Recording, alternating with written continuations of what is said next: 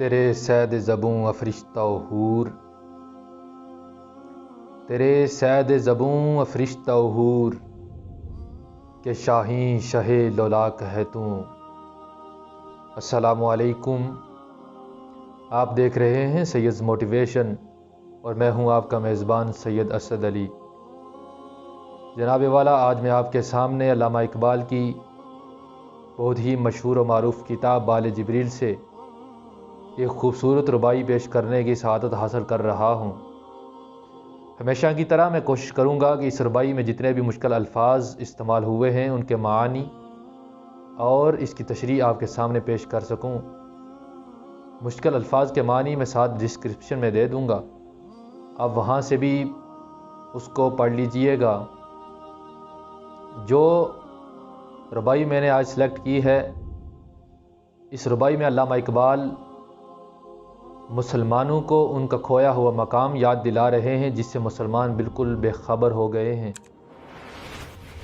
4 مصروں پہ مشتمل یہ چھوٹی سی ربائی، آئیے دیکھتے ہیں علامہ اقبال اس میں کیا کہتے ہیں۔ علامہ اقبال کہتے ہیں کہ تیرا جوہر ہے نوری، پاک ہے تو۔ مسلمان سے خطاب کر رہے ہیں۔ علامہ اقبال کہتے ہیں کہ تیرا جوہر ہے نوری، پاک ہے تو۔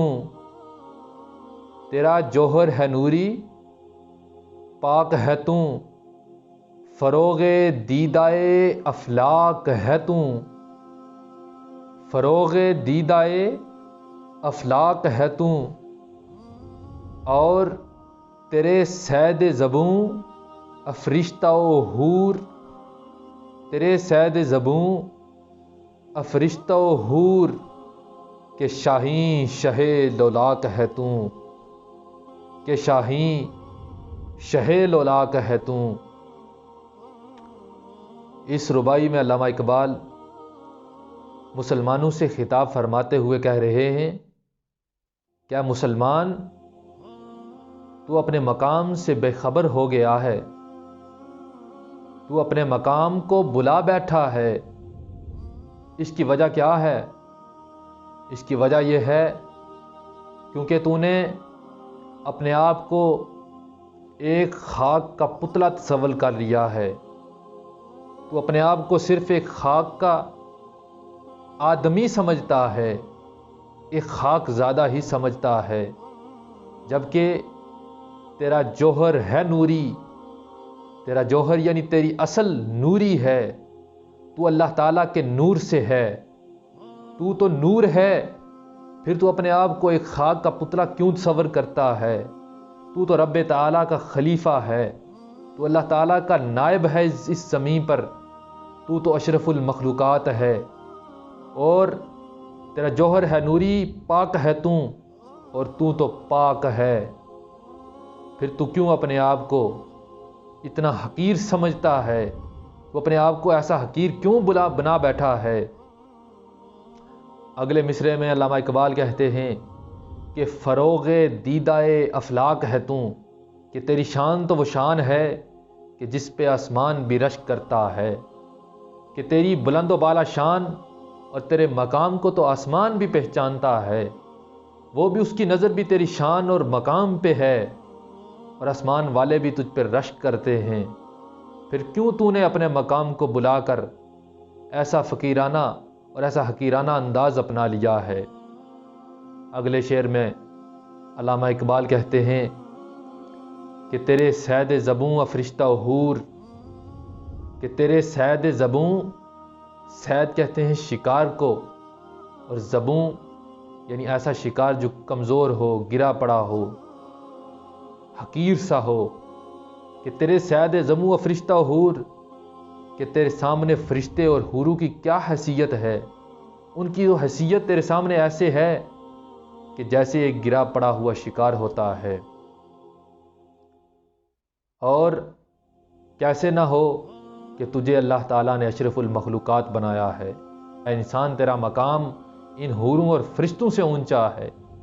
کائنات اور مخلوق، ہر قسم کی مخلوق سے تیرا مقام بلند ہے، اور تیرا مقام اتنا بلند ہے کہ شاہین شہ لولاک ہے تو۔ اور تیرا مقام ان سب چیزوں کے علاوہ تیرا مقام اس سے بھی بڑھ کر یہ ہے کہ تو اللہ تعالیٰ کے پیارے نبی حضرت محمد مصطفیٰ صلی اللہ علیہ وآلہ وسلم کا ایک پالا ہوا شاہین ہے۔ تو آپ صلی اللہ علیہ وسلم کا امتی ہے، اور جب حضور صلی اللہ علیہ وسلم کا امتی ہو جائے گا تو، جب تیری شان یہ ہے کہ تو آقا کریم کا امتی ہے، تو وہ امتی کہ جس نبی کے امتی ہونے پہ اللہ تعالیٰ سے جتنے بھی انبیاء گزرے ہیں وہ دعائیں کیا کرتے تھے کہ یا اللہ ہمیں اس نبی کی امت میں پیدا فرما دے، اور یہی ہمارا مقام ہے۔ اس نبی کی امت میں پیدا ہونے کے لیے تو انبیاء نے دعائیں فرمائی تھیں، تیرا مقام تو یہ مقام ہے کہ تو اس نبی کی امت سے ہے، پھر تو کیوں اپنے آپ کو بلا بیٹھا ہے؟ کیوں تو اپنے مقام سے بے خبر ہوا ہے؟ تو بھی آج آقا کریم کے عشق کا ایسا جام نوش فرما لے، آقا کریم کے عشق کے جام میں ایسا مگن ہو جا، اور آقا کریم کے عشق کے جام میں اس کو اپنے آپ پہ نوش فرما، اور نوش فرما کر اپنے آپ کو آقا کریم کے عشق میں ایسا مبتلا فرما دے کہ تو ہر طرف یہی کہتا پھرے کہ جب تک بکے نہ تھے کوئی پوچھتا نہ تھا، جب تک بکے نہ تھے کوئی پوچھتا نہ تھا، کہ یا رسول اللہ آپ نے خرید کر انمول کر دیا۔ جب تو آقا کریم کا ہو جائے گا، ان کی عشق و محبت میں ایسا فنا ہو جائے گا، پھر تیری ذات وہ ذات بن جائے گی کہ جس کی قیمت کوئی نہیں دے سکتا۔ اور یہ تب ہی ہو سکتا ہے جب ہم پکے سچے اور عقیدے کے ساتھ آقا کریم سے انس و محبت کا جذبہ بیدار کر لیں، تاجدار ختم نبوت کا جذبہ اپنے دل میں بیدار کر لیں، اور آقا کریم صلی اللہ علیہ وسلم کی رسالت کو کبھی بھی کسی آنچ نہ آنے دیں۔ اللہ تعالی ہمیں عمل کی توفیق عطا فرمائے۔